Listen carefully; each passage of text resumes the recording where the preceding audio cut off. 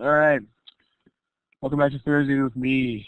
Over my illustrious mobile connection. I'm literally on the road right now. I'm actually sitting by the side of the road. It is December 15th. We're talking about data sufficiency, goal setting. It's a continuation of the topic from last week. So here's the copyright screen again. These problems are all from the free GMAT prep, copyright GMAT, unless otherwise indicated. Let's have a quick review of what this means. I think these names, I think about half these names were here last time, but goal setting and data sufficiency, like what exactly do we mean by that?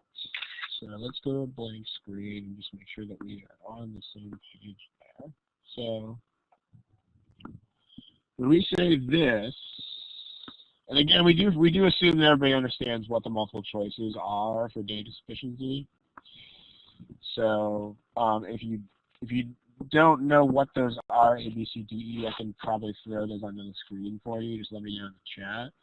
Although we can't explain what sufficient and not sufficient are today. But at least if you need the choices, let me know. I'll put them on the screen. Okay, the sample problem that we used last week to illustrate exactly what we mean by goal setting was this. Let's just look at it again. Question is, what is 2x plus 2y? Statement 1, the sum of x and y is 5. Statement 2, the difference between x and y is 2. Okay, just look at that for 10 seconds, something like that. And then, just to make sure we're on the same page, go ahead and indicate what the answer to that question is using these choices. I'll give you like 15 or 20 seconds to do that.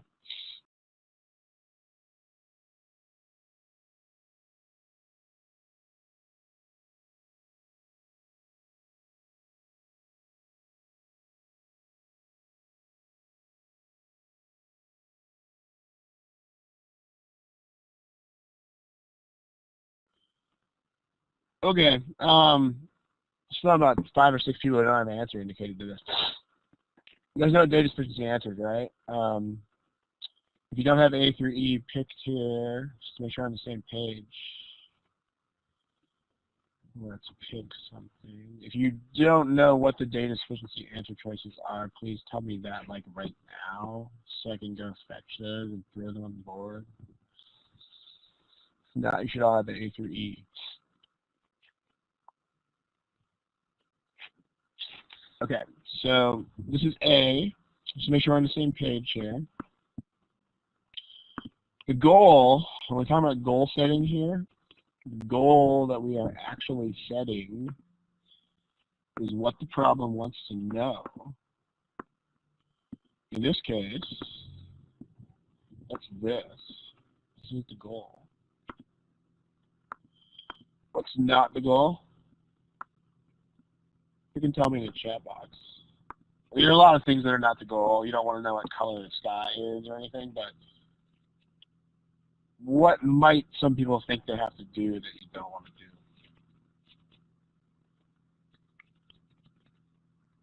There you go, right? You want to find 2x plus 2y as a single value for that entire expression. The goal is not to find x and y individually. This is the point. So, and this is actually, I mean, this is so centrally important, and this is actually the reason why they invented data sufficiency in the first place, right? Because if you have the correct goal, then you'll realize that statement 1 is sufficient, because if you have statement 1, you can just double it, right? So, just double this, and that gives you the 2x plus 2y is 10. But statement 2 is not sufficient. So it might take you a second to prove that. Make sure you can prove that if necessary. Right? You want to prove it by just doing some very basic testing of cases. like you can pick any x and y. You need x minus y to equal 2. But you can pick any x and y that do that. So like if x is 2 and y is 0, then 2x plus 2y is 4. If x is 102 and y is 100, well, we know it's a lot more than 4. So that's 2 different answers. Not sufficient. Okay. So it's A overall. Give me a smiley face if that makes sense. Smiley guy in the emotion icon area. Okay, now the point of this is that if you're trying to find x and y as individual values, it's all going to blow up in your face. Yes, it is. That's the point, right? Like if you think you have to find x and y individually, it's going to go south in a hurry. You'll pick C, and you'll get it wrong. And let's just, we had this talk last time, but when you get that wrong, like your reasoning goes wrong as soon as you think that. It's like before you even start doing the work, right? If you look at this and you think I need to find x and I need to find y, you're gone. Before you even start doing the problem, it's like pre-order incorrect before incorrect is even in stores. Like it's already incorrect. This is actually why they invented data sufficiency. Because in a multiple choice problem, if they gave you these 2 pieces of information, you would be able to solve the problem. I mean, you would actually be able to find x and y. You wouldn't have to. You would just waste a bunch of time doing that, but you'd be able to do it, is the point. Whereas, in data sufficiency, it's this thing where you might have to combine the statements, but you might not. And it turns out here that you don't have. So they basically invented the entire problem type of data sufficiency so that this approach would not work and this approach does. So goals, they are things. The takeaway from this problem is not hard, obviously, but it's very basic. But you can learn a lot. You can learn most of what you need to learn from super basic problems. So what you should take away from this forever and ever and ever is you need to be really precise about the goals. Like, don't change the goals of a data sufficiency problem. Don't do it. And I mean, one thing, I'm going to just kind of tell you this. One thing that might tempt you to do that is if you overdo this whole notion of rephrasing. Like, the materials do talk about rephrasing when it comes to data sufficiency. You should only rephrase things if you are absolutely sure that they are equivalent to the original. Like, if the question says, what is 2x? And you're like, I just need to find x. That's a rephrase. You can do that. It's like knowing what x is and knowing what 2x is, and they're basically the same. But any rephrase that changes the goal even a little bit is going to mess up the problem, so make sure you don't do it. Like, don't rephrase unless you are absolutely sure that it's exactly equivalent.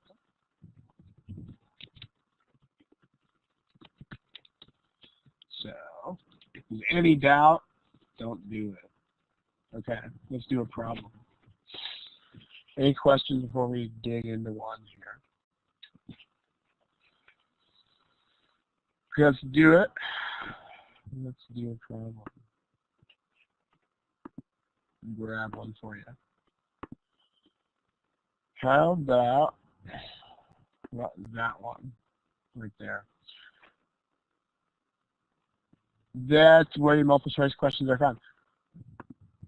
Don't forget the goal of the problem. That That's the goal of the problem. Nothing else is the goal of the problem.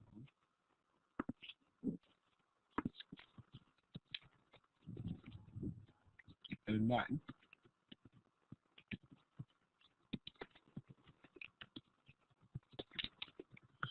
Give it a shot. Give me a couple minutes to do it.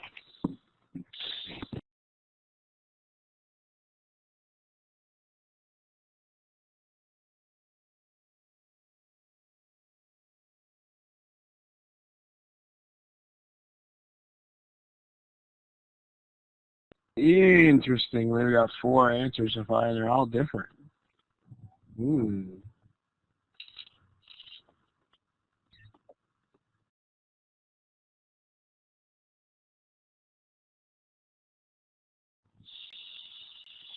Okay, let me show you where we're at right now. Here's where we are. Here's the current crop of responses. Kind of all over the place. Nobody's picking E, but not really a consensus in what's left here. Let me give you a hint. Remember that today's topic is basically that, like, it's pretty much the same as this problem, except the problems are harder than this problem. But the basic idea is the same, which is you're going to have a goal. If you get too ambitious with finding stuff, you're going to think you have to combine the statements when you actually don't. Are there any choices that you guys suspect are just not going to be the right choice to these problems? Or like, what choice should you be a little bit wary of? Does anybody know where I'm going with that?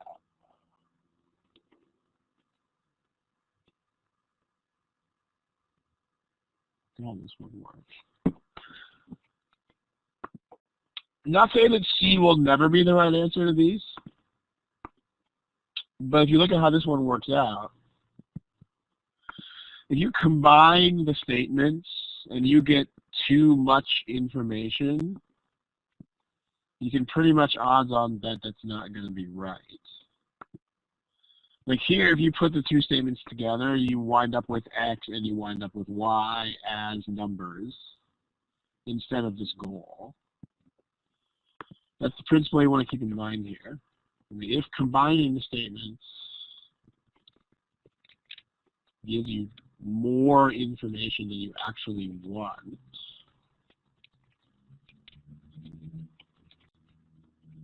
don't pick C. Don't do that. Give me a smiling face if that makes sense. This is the single biggest giveaway that you're dealing with this kind of problem. Like if you put the statements together and you get exactly the goal that you want and like nothing more than that, then you pick C. But if you wind up with anything that's more specific, don't do it, guys. They're trying to get you. So like, let's talk about this problem. We want to know how many of the terms are more than 10. What should you not try to find?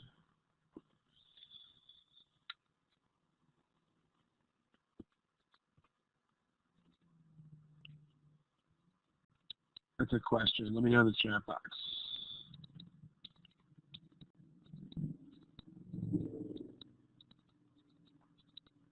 Like, what should you definitely not end up with in this problem? Kind of like in this problem, you shouldn't end up with individual numbers for X and Y.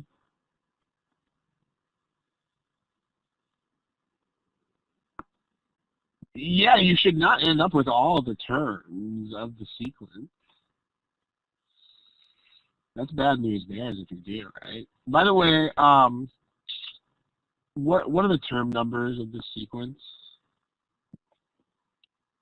Like the terms in the sequence are numbered what through what.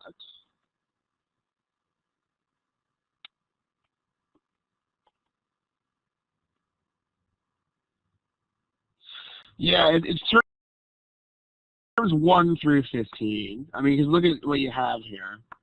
Like it says n is from 2 to 15, but that means you have to have all the terms that work for all of those n's, right? So the smallest n is 2 minus 1, right? Like if you write that statement out for the first few n's, let me place that a little bit. Remember that the sequence subscript n just means the nth term of the sequence, right? So like if n is 2, that gives you a sub 2 equals a sub 1 plus constant. If n is 3, that gives you a sub 3 is a sub 2 plus constant. Etc. Same sort of pattern, all the way until you get to n is 15.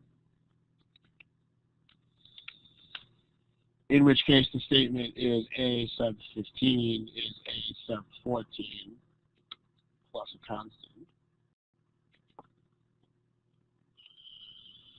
So you got to have all these terms. I mean, you have to have all the terms from A1 all the way through A15.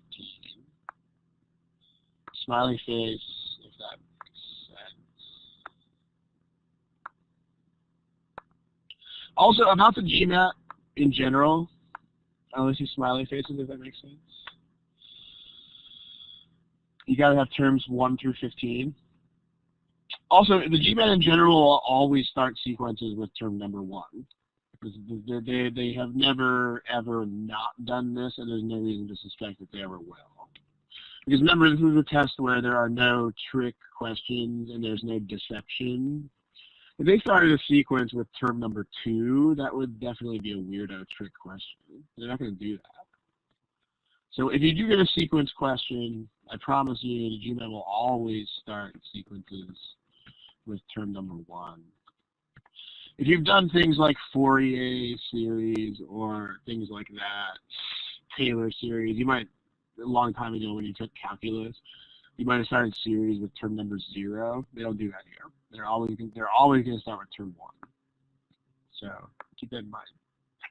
Okay. So we have 15 terms. Let's label those. This is a sub 1. This is a sub 15 is the last term. What's the middle term, guys?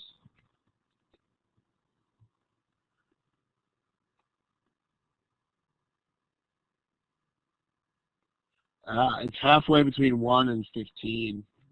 Number halfway between 1 and 15 is 8. That's the exact middle of the sequence. So that's the middle term. If you didn't, I mean, you're calculating average. You can also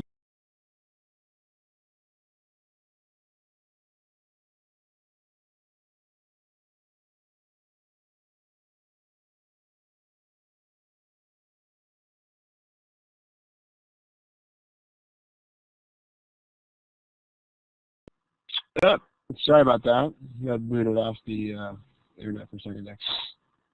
The goal is to find out how many of these blanks are. Okay, let me move this stuff again. The goal is to figure out how many of these blanks are greater than 10. The goal is not to find the actual numbers in the blanks. Keep that difference in mind. The goal is how many of these blanks are greater than 10. The goal is not find all the numbers in the blanks. But this is the intuition that we're trying to build here. But the intuition that I want you guys to have is if you actually do this, like if you actually end up with all the numbers in the blanks, your reaction reaction should be like, oh crap. That should be your reaction. If you actually find all 15 numbers, whoops. I'm looking at you guys, everybody who picked C.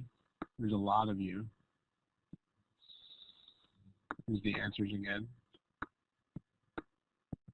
If you picked this choice, which a lot of you did, you should be like whoopsie. I shouldn't have picked that. We smiley face if that makes sense.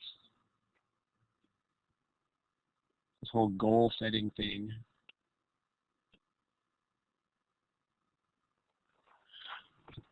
I mean, if it also helps, you can think about this from the point of view of the person writing the test. Like, they wrote this question, guys. They wrote this question for a reason. Like, if you actually found all the numbers, they would never have thought to ask you this. I mean, this question wouldn't have popped into their head. If you found all the numbers, they would just be like, hey, guys, what are all the numbers? Another way to think about it. So, the single most important intuition I want you to walk away with today is this. If you find all the numbers, you should be like, whoopsie, I'm wrong. And I'm being redundant here, but give me a smiley if that makes sense.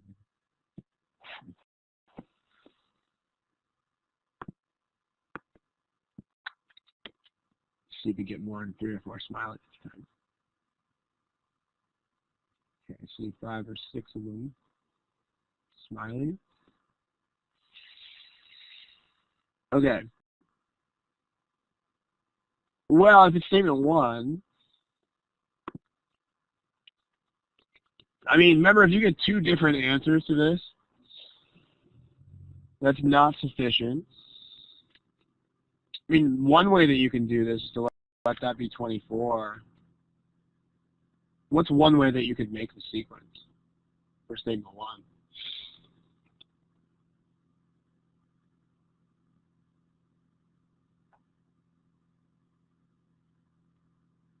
What's probably the first way that comes to mind to make a sequence starting with 24?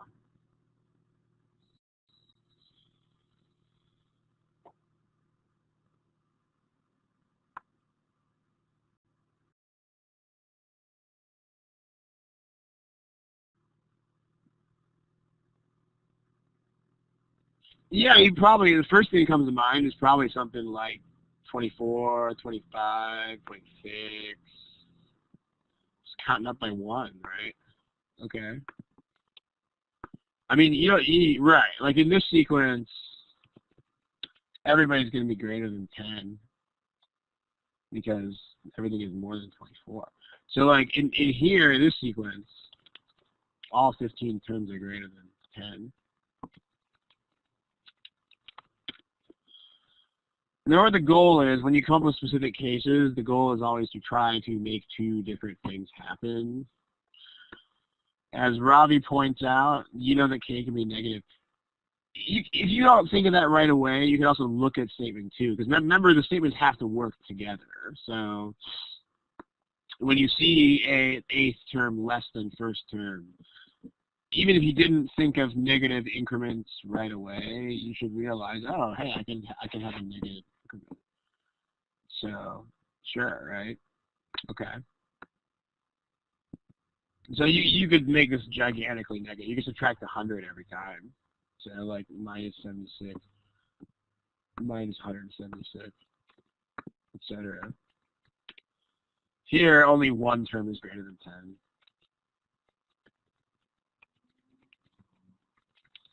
That's 2 different answers. That's not sufficient. Smiley face if that makes sense.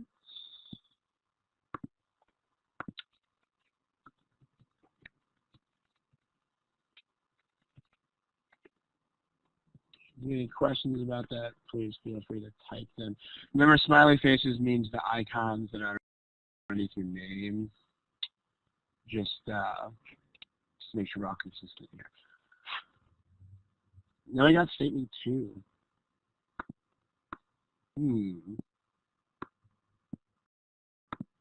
Statement 2 says that middle thing is a 10. Well, that's interesting. Let's divide this. Okay, now we're doing statement 2. There's a 10 right there. I mean, one way you can make this sequence go is, like we did the first time, you just add 1 every time. So 11, 12, etc. over here. And then this would be 9, 8, 7, 6, 5, 4, 3, the typo. Okay. So here you've got 8 terms that are more than 10. 7 terms that are more than 10. Just these ones.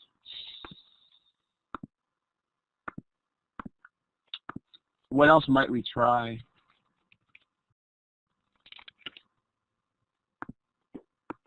That's a positive increment.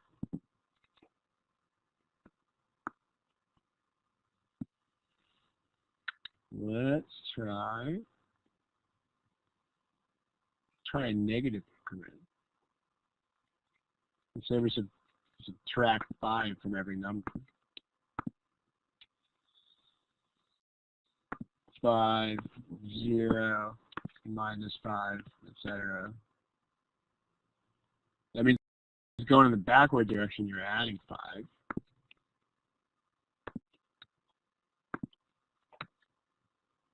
Oh, look at that. Still exactly 7 terms that are more than 10. Is it possible for this to turn out differently?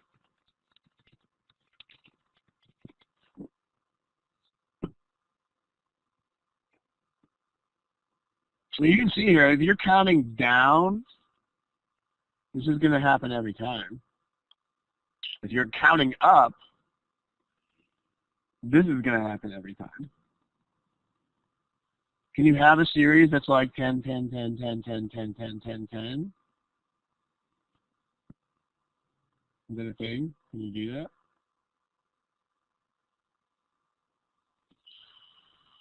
Nope, because non-zero. You have to add or subtract something that is not 0 every time. So that means that every single time it's going to do one of these two things. If you need to try more cases to really be confident about this, then try extra cases if you have to. But every single time it's going to do one of these two things. Look at that, it's sufficient. It's always going to be exactly 7 terms greater than 10.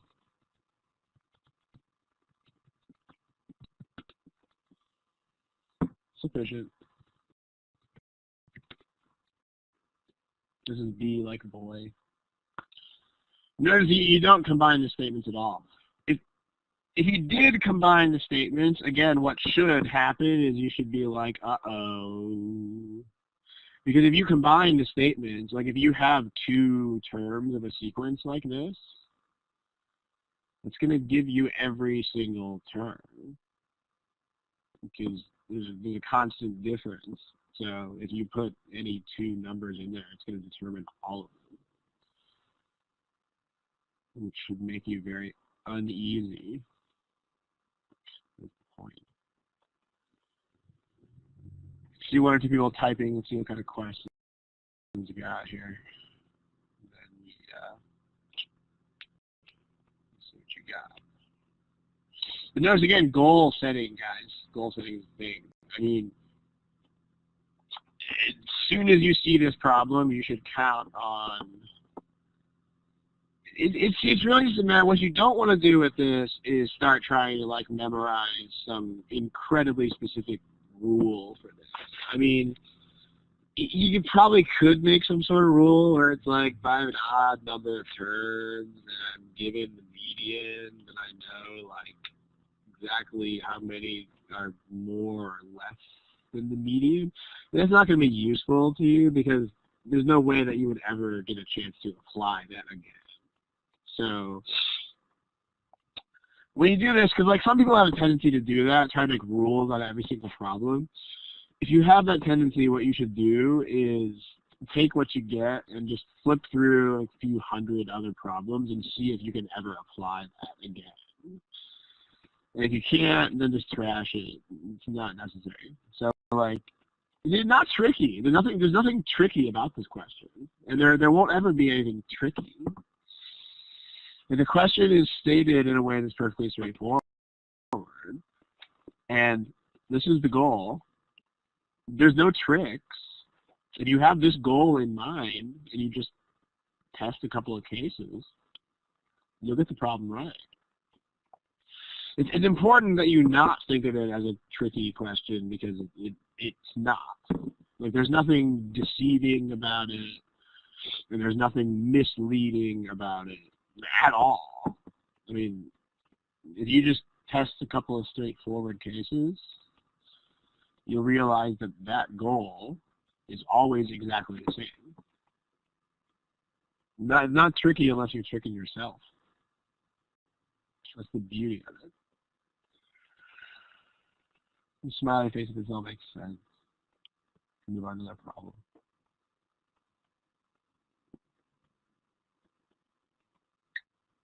Let's do another one. Okay, so we got here. How about this one from GMAT prep?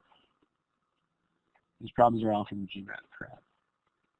Okay, how about this one? Remember, this is your goal. You should not expect to find anything more specific than that. Don't forget where your multiple choice answers are found.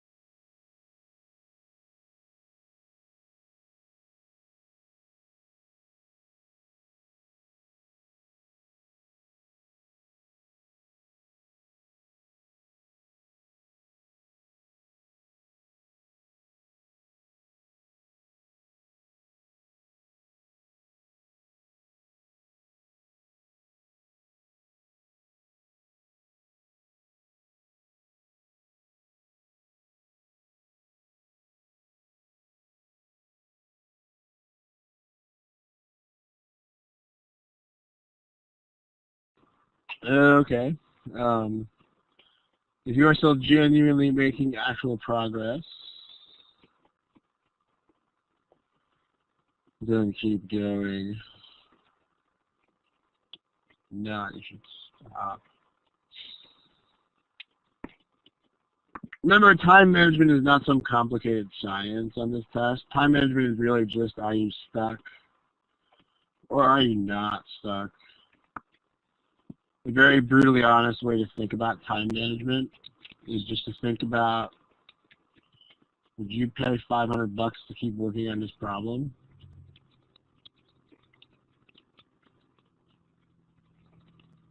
And I'd say, if you get it right, I'll give you back $505.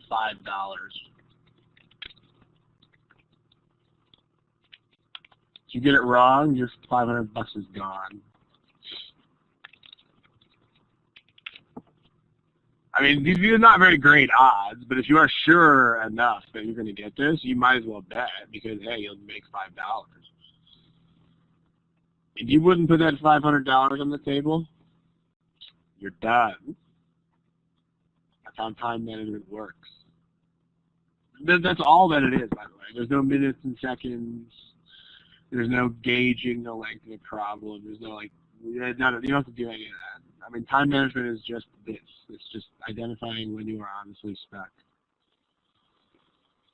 And quitting. So, Ian, Nikki, Sri, if you wouldn't pay me $500 to keep working on this problem, you should pick an answer.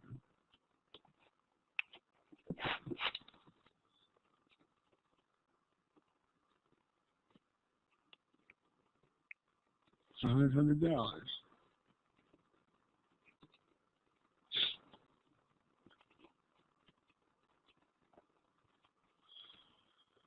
Okay, take a look. Remember, you gotta answer every question on this test. So I mean, we can't really wait any longer. But you don't do this. Don't sit here and look at the problem and stare at the screen. I mean, you gotta pick an answer to it. Okay, this is a word problem. We've talked about word problems before. There are actually plenty of study hall sessions that are actually dedicated to word problems. Let me just give you the very basic rundown of what we've said about them. So, like, to make these more manageable, you should separate two things, which are organizing the problem. It's kind of like making an empty spreadsheet. I mean, remember when you first make Excel sheets in the real world, they're empty. Same sort of thing as that. It's like making an empty spreadsheet. And then everything else. And then filling in information from the problem statement. I have a few different kinds. Any numbers, of course. But also mathematical relationships. And don't forget to mark what the goal of the problem is. Do these separately. So in terms of physically organizing this thing, remember there's no math happening yet. Right? It's like making an empty spreadsheet. When you make an empty Excel sheet, it's just like a sheet that has headings on it. And that's all it has. What would the headings be? No figures yet, no formulas, nothing like that, just headings, right? So you're going to have an April and a May. And then you've also got three quantities for that. You got revenue, and you've also got expenses. And last but not least, you got profit. So that's got to be in there somewhere too. Don't forget, the only thing that you have to know about business for this entire test is that revenue minus cost, also known as revenue minus expenses, is gross profit. They might just call it profit without the gross. This is literally the only thing you have to know about business to take this entire exam. So there's your empty spreadsheet. Those can be 3 columns. And then you can make rows for April and May. Whenever you get the same quantities in more than one time frame, it's good practice, right? Time frames as rows and things as columns. Okay. We did it. We physically organized the problem. Notice how manageable that is. Like, because we're not trying to solve the problem at the same time. We're not trying to put all this math in there. This is not hard to do at all. It's only hard when you try to make the sheet and fill it in at the same time. You don't want to do that. You want to separate them. So now to get stuff out of the paragraph. 6% less. Let's just write that there. May was 6% less. So this is down 6%.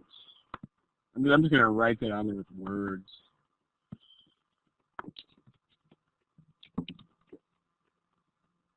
And then the revenue was something. What's the point of telling you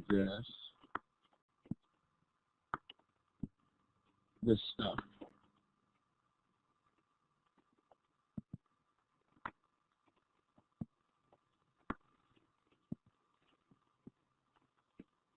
For each month, the revenue is greater than the expenses.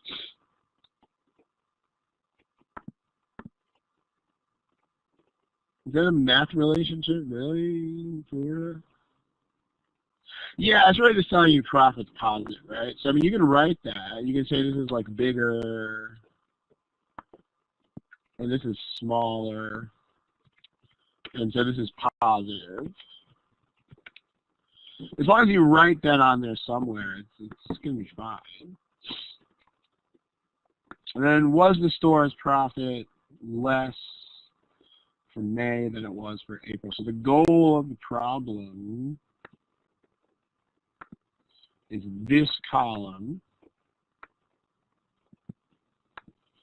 You're just looking to compare the two boxes in that column. So the goal is the bottom box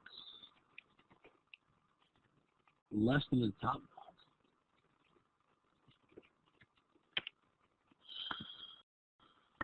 So now there's two possibilities for this. We've actually talked about making a specific device for yes/no type questions in other study halls.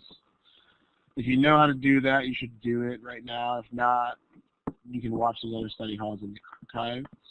But there's basically two possibilities. One possibility is yes, the bottom is smaller. The other possibility is no, the bottom is equal or greater.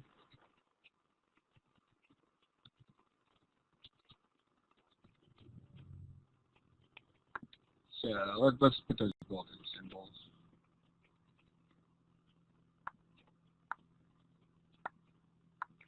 One possibility is that, other possibility is this. If you can get them both to happen, that's not sufficient. If only one of these can happen, that's sufficient. Smiley face if that makes sense, the goal here.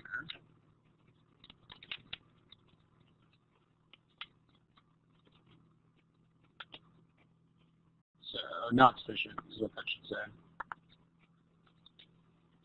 Okay. Don't forget that when you do these yes/no questions, ultimately it's kind of like I'm trying to make them both happen. So you're trying for not sufficient almost.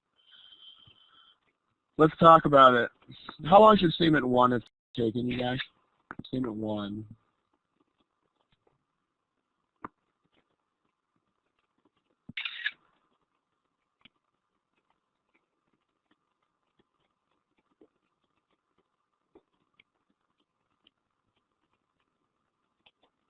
Yeah, statement 1 doesn't tell us anything at all about this column. So what I'm going to do is actually move everything up, because now we know what the problem statement is. So now we make another copy of this. Remember, it's good practice to always make 2 copies of any single chart that you make, or any diagram, any table, any sort of visual organizer. You might as well make 2 copies of it. Statement 1, I mean, okay, we know that there's a $2,400 difference. But if you gotta test cases, you can test cases. But like in statement 1, we know nothing at all about expenses. So I mean, if you want, you can just be like, okay, this is $2,500 and $100.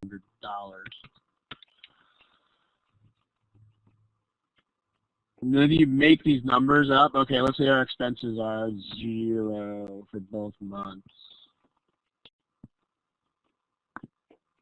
In that case, it's $2,500 in profit and $100 in profit. The bottom's greater than the top. once we get that to happen, the goal is to try to make the bottom bigger. I mean, that's pretty easy to do. We can just make the top profit really small. So we can keep these numbers the way they are. And then we can just be like $24.99, still zero. So now there's a $1 profit, still $100 profit down here. So that's not sufficient. You should do this due diligence, because I mean, just because you don't know one piece of information doesn't guarantee you that it's not sufficient. Because like sometimes one piece is all you need. Like if I tell you that, if I tell you I have an integer times an even integer, for example, you know that's even. You don't even care what the other integer is. So you don't necessarily have to know everything, but just make sure that you can work this out and prove that it's not sufficient. So I'm going to smiley face if this workup makes sense for statement 1. Statement 1 is not sufficient. What about statement 2?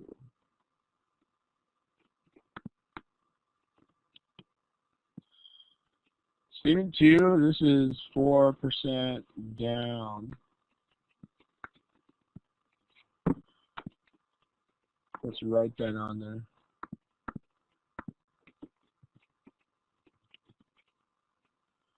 Okay.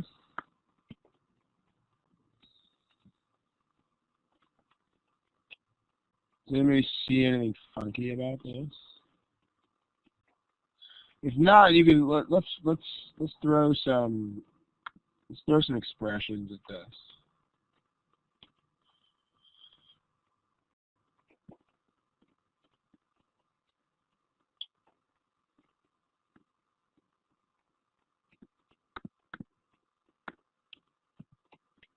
Statement 2.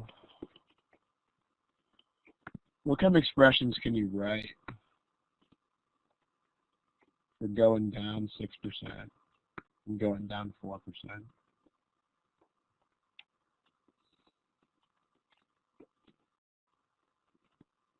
Yeah, if you take 6% off of something, that leaves you with 94% of it. So if this is like whatever revenue was, this is going to be 94% of whatever revenue was. If that's whatever expenses were, this is going to be 96% of whatever that was. And the profit, well, those are the profit expressions.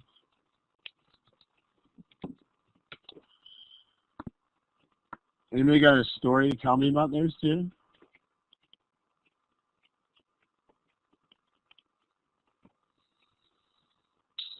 Can anybody tell me something about these?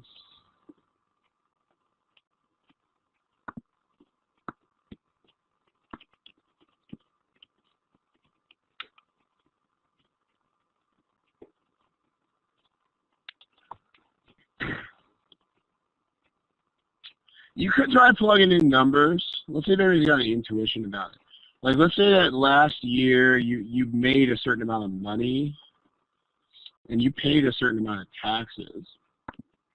And this part right here is like saying we only made, like, okay, we made 6% less than we did last year.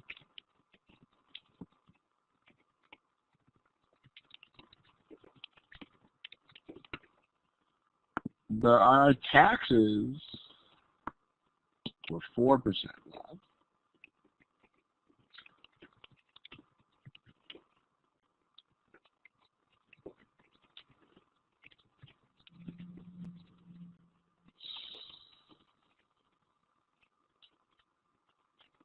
What if this was 0.94 instead of 0.96?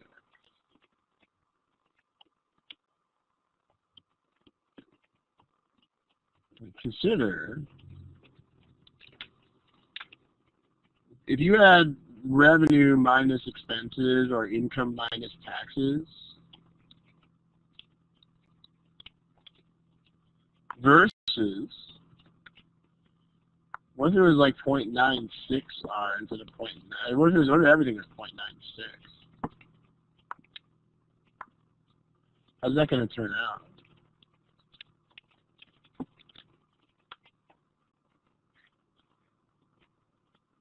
Is this going to, are these two going to equal each other?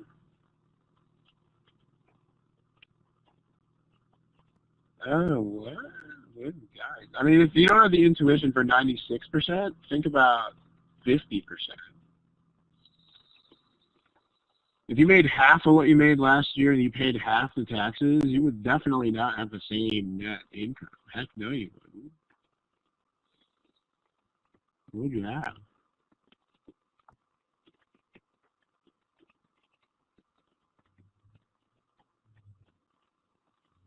About 100,000 in income minus 20,000 in taxes. Let's take 50% of each of those. That'd be 50,000 in income minus 10,000 in taxes. It's definitely not the same. I mean, like 80,000 net. You have a net of 80,000 here. So I mean, there's no way that it's going to be the same starting out at 50. But it's just everything is half of everything in this case. Like if you have half the income and you also pay half the taxes, you're also going to have half the net. Like everything is half of everything in this case. Smiley face, that makes sense. But you're just scaling everything up or down by some percentage if we do this, right? Like so if you have half the profit minus half the expenses, that's half the revenue minus half the expenses. That's just going to be half the profit. It's going to be the same proportion of everybody. So, same sort of thing here. If you have these two things, this top thing is going to be some amount of profit. This is going to be exactly 96% of that profit. Smiley face if that makes sense. This could be a decent flashcard as long as you make other flashcards that do different things. I mean, if anybody was saying this would be the same, what you're probably mistakenly thinking about is ratios. I mean, the ratio of R to E is the same as the ratio of 0.96 R to 0.96 E. But those are ratios. I mean, ratios are not like amounts of profit. Like if you divided those, what you're doing is you're like finding your taxes as a percentage of your income. Like this divided by this is 20%. This divided by this is also 20%. Those are not net amounts of money cleared. So very different things. I mean, if you make a flashcard for this sort of thing, you have to also make flashcards for other things. Otherwise, it won't have value because you'll just like memorize it. But if you make a bunch of flashcards that do different things, that'll help you build intuition. So if you look at this, R minus E is greater than 0.96 R minus 0.96 E, which in turn is greater than that other thing. Like here's the thing greater than something. That's greater than that. Like this is less than this because it's just 96% of it. And then this is less than that because you made less money. It's like less revenue, same taxes. So this is even lower. That means that the top thing is bigger than the bottom thing. This is bigger than this is bigger than that. Therefore, this is bigger than that. That means that this is possible. This is not possible. That's sufficient. So it's B like boy. Just get a couple people with questions. If you don't think of that comparison, you could just start tossing numbers in there. I mean, if you throw in, like, you should definitely try doing that on your own time. Like, when you do this later, like, try testing cases. Just so we have time to do one more problem. We're going to not do that right now. But if you try a bunch of different sets of numbers and they all give you the same results, that's not a fake pattern. Like, anything you pick will give bottom less than top. So after a while, you're just going to give up and be like, dude, that's sufficient. If you see this sequence here, like, I mean, thinking intuitively about things like taxes will help. You know, if you made 6% less and paid 6% less in taxes, you are going to clear 6% less. If you think of that, then you can realize this right away. But if not, then the last way that you can do it is you can also set it up algebraically. You can do that too. Let me just show you how to do that real quick. You got to set it up as a question. Like, is 0.94 R minus 0.96 E less than R minus E? You can just do algebra with this. And subtract 0.94 R.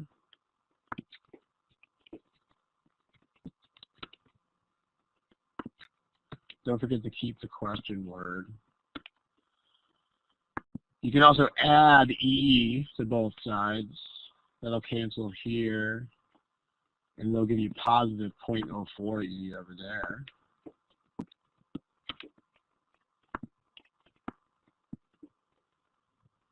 Anybody got a story to tell me about that?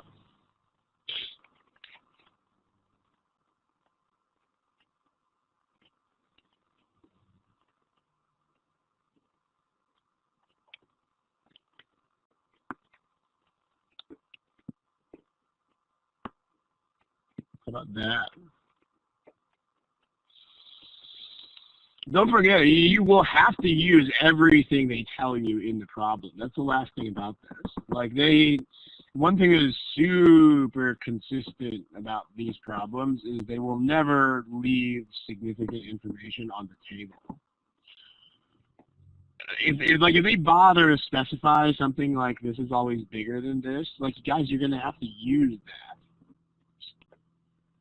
So if you don't use that, it means your answer is incorrect. So if you think about it, I mean, R is bigger than E. So this is 4% of a smaller thing, smaller percentage of a smaller quantity.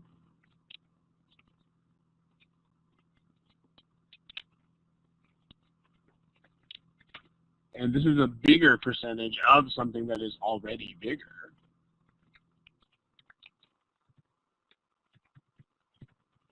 So that's definitely going to be true. So you can also do that algebraically and realize. That's another way of realizing that's always going to happen. So you got at least 3 ways you can do it. You can compare it intuitively for something like this. You can set it up algebraically. Or you can also just throw cases at it. You need to be able to do all 3 of this. Also, when you review the problem, don't forget that you should spend the most review time and the most effort on whatever methods you like least. So if you're like, this is easy for me, this is the method you should spend the least time reviewing. You should spend most of your time, if not all of your time, reviewing the other method, because that's how you get better at this. Like, practicing things that you're already good at, not going to help. Just keep that in mind. Like, you're only going to get better if you practice things that need practice. Keep that in mind. Okay, let's do one more. Let's do this one. There you go. Don't forget where your multiple answer choices are located. This is the last problem of the calendar year.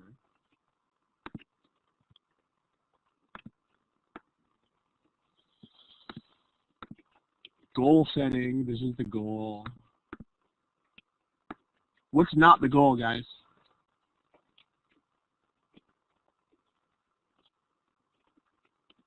What isn't the goal? Yep. If you identify the specific number for the area, you should be like, whoopsie.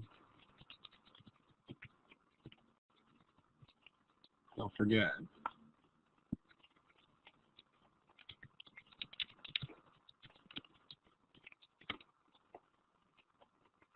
Go for it.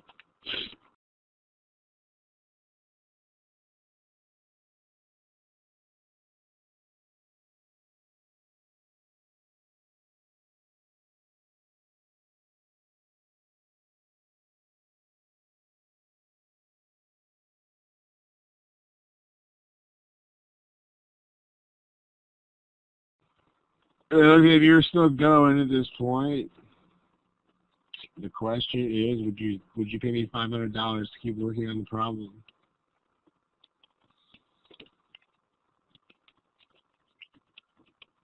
$100.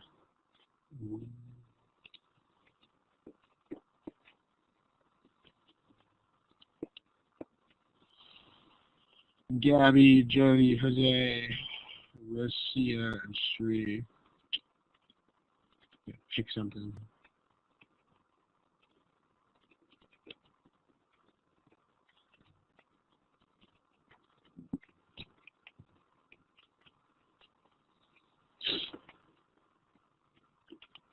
Okay, Jody and Jose, you gotta pick something from here. We gotta start discussing this thing, but I got a message for everybody who picked this choice right here. That message would be this. This is not a joke. If you pick C here, that's saying like I have all three corners of a triangle. Like if you pick choice C, you're like, this is 0, 0, this is 6, 8, and this is 13, 0. That means you have every single corner of the triangle. Like, whoops. I mean, because remember, they have to be writing these questions for a reason. This is another thing. I mean, if you think about this goal setting, you can think about it as like this is the purpose of these problems of data sufficiency, but you can also just realize that if somebody's gonna create this question, they got to be creating this question for a reason. Like no one's gonna randomly write a question that's like, is this more than 48? If you actually find it. So choice C pickers, if you have one specific triangle with 3 specific corners, the question would never say this. The question would be like, what's the area? Or like, where's the triangle? Let me smiley face if this makes sense. Goal setting. That's super important because if you think you're going to find a triangle, that means you have already lost this game before you even start playing. So like when you see this, you should absolutely 100% expect to find whether the area is greater than 48. You should expect not to find the actual area or the actual triangle. Like you have to realize that you are not going to find a triangle. Like this needs to be a 100% expectation. Because if you found a triangle, they wouldn't have asked it. On top of that, remember what we said about information and not leaving it on the table. Like they also told you this. If you don't use this, your answer is incorrect. Like, remember that there will never be superfluous information anywhere except the IR section. So the quant problems don't do that.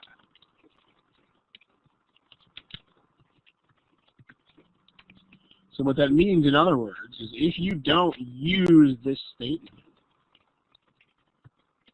your answer is wrong.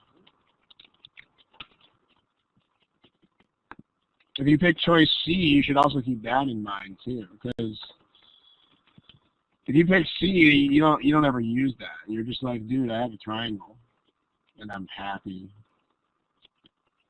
Nope.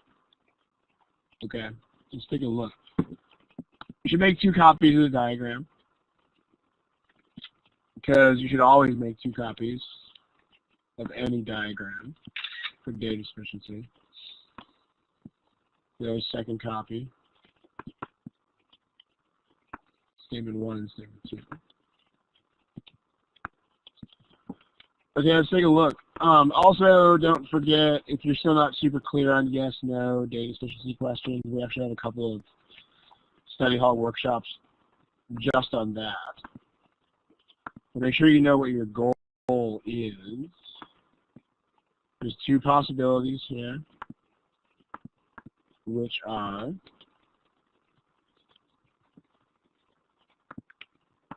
yes, the area is greater than 48,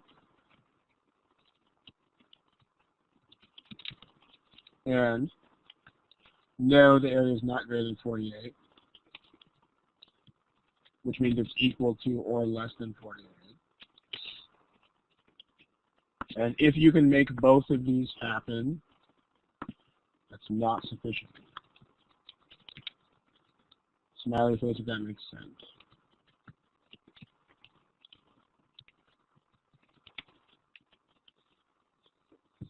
Okay, this is the goal, right? You got to know what you're doing from the beginning. You see smileys, a couple more. I know not 4, you give me smileys back. There's just this whole fundamental here. Like, the whole point of this is if the area can be both more than 48 and not more than 48, it's not sufficient. If you're stuck with one of these, that's sufficient. Okay. Statement 1. Coordinates of this point are 6, 8. That means that this is 6. And this is 8. What the heck are we supposed to do with that pink statement, guys? Like this whole thing that OP is shorter and PQ is longer. What's the point of that?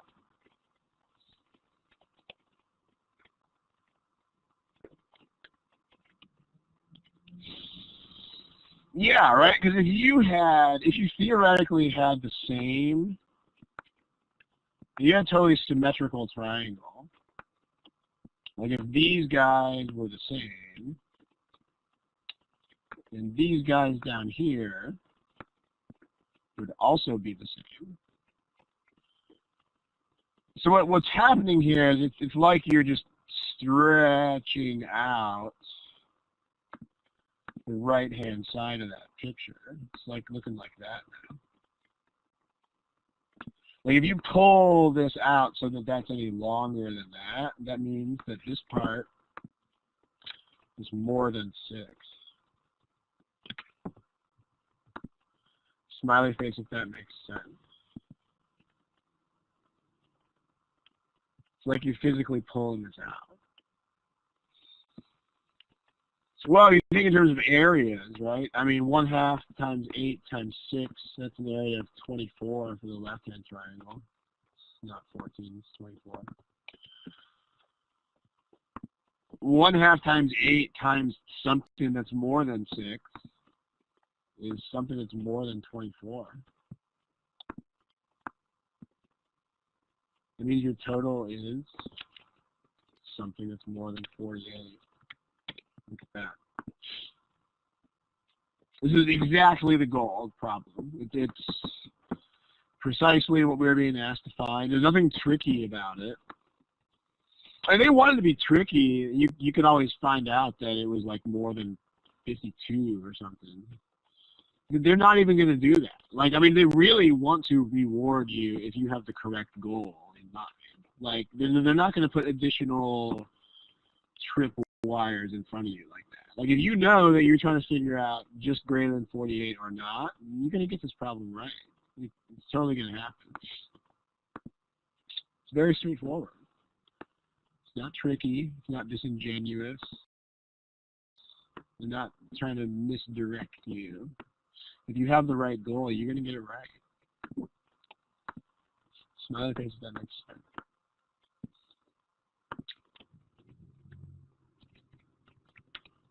Just keep in mind, if you got the wrong goal, you're going to get this thing wrong before you start the work. Like if you look at this problem and you think, I need to find where the triangle is located, you already lost the game. Nope, you're not going to find the triangle. Or this triangle can still be in all sorts of places, right? I mean, these 2 points are fixed, but you can put this point anywhere. That's not the point. The point is that you figure it out. It's more than 48. In statement 2, we know that this is 13. The problem in statement 2 is that we know nothing at all about the height. I mean, don't forget that data sufficiency diagrams are not to scale. They are like rubber band diagrams. They have to be, right? Like data sufficiency diagrams. Might as well write that in the screen. The reason for this is if you imagine a data sufficiency diagram being to scale, that would mean everything would always be sufficient. Because if there was a scale for the diagram, that would mean that everything had an exact measurement. So that's not how it's going to work. It's going to be stretchy diagrams. You can think about them as rubber band diagrams. You can stretch them, you can collapse them, you can distort them. You can't change straight lines into not straight lines, or vice versa. But you can distort lengths, etc. So, like this height could be absolutely anything in the whole world. So, like, if this height is 0.0000001, you don't need to calculate that. You can see pretty easily that the area is going to be less than 48. And I mean, if the height is like 100,000, then the area is going to be a lot more than 48. So this is not sufficient. Give me a smiley if that makes sense.